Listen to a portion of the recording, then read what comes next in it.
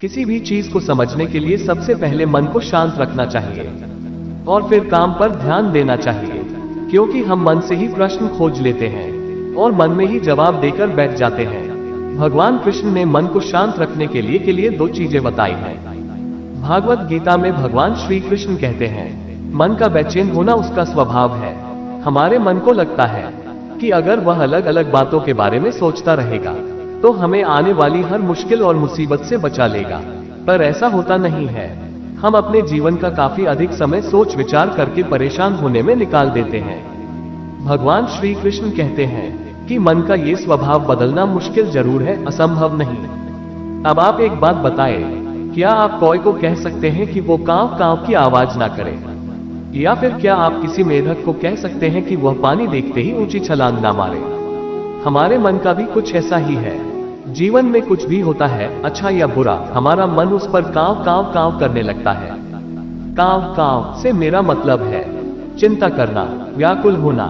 कोई बुरी बात होती भी नहीं है और मन परेशानी की ऊंची ऊंची लपटें लेने लगता है।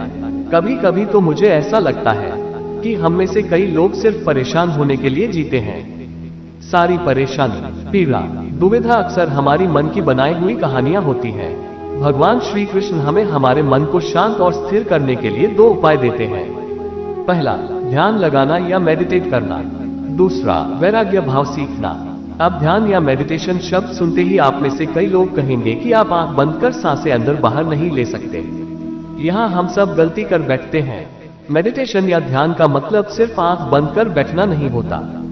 मेडिटेशन का मतलब होता है अपना पूरा ध्यान किसी चीज पर लगाना और उसे हटने नहीं देना। अगर आप रोटी बना रहे हैं तो सिर्फ उस बात पर ध्यान दीजिए। अगर आप पिक्चर देख रहे हैं तो अपना पूरा ध्यान पिक्चर पर लगाएं। यह मत सोचिए कि पिक्चर देखकर आप अपना कितना वक्त बर्बाद कर रहे हैं। जब आप जीवन के हर छोटे बड़े काम को पूरे ध्यान से करते हैं तो आपका जीवन ही एक मेडिटेशन बन जाता है। ऐसे जीवन में शांति, स्थिरता, साहस और सफलता का होना अनिवार्य है।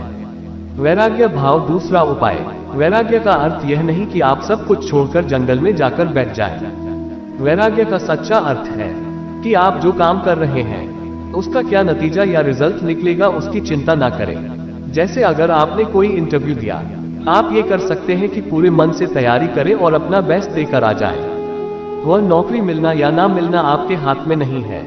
इस नतीजे के पीछे अलग अलग चीजें हैं जो आपके बिल्कुल कंट्रोल में नहीं।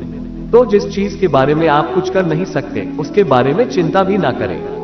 यही वैराग्य का सच्चा मतलब होता है और यही है भगवान श्री कृष्ण का दूसरा उपाय, मन को चिंता की लपटों से बचाने का।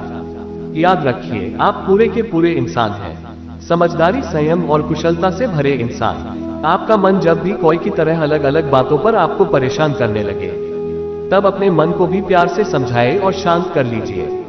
बस अपने ऊपर विश्वास रखिए कि आप कभी अपना बुरा नहीं होने देंगे। दोस्तों, अगर आपको हमारे द्वारा दी गई जानकारी पसंद आई हो तो प्लीज लाइक एवं सब्सक्राइब जरूर करें।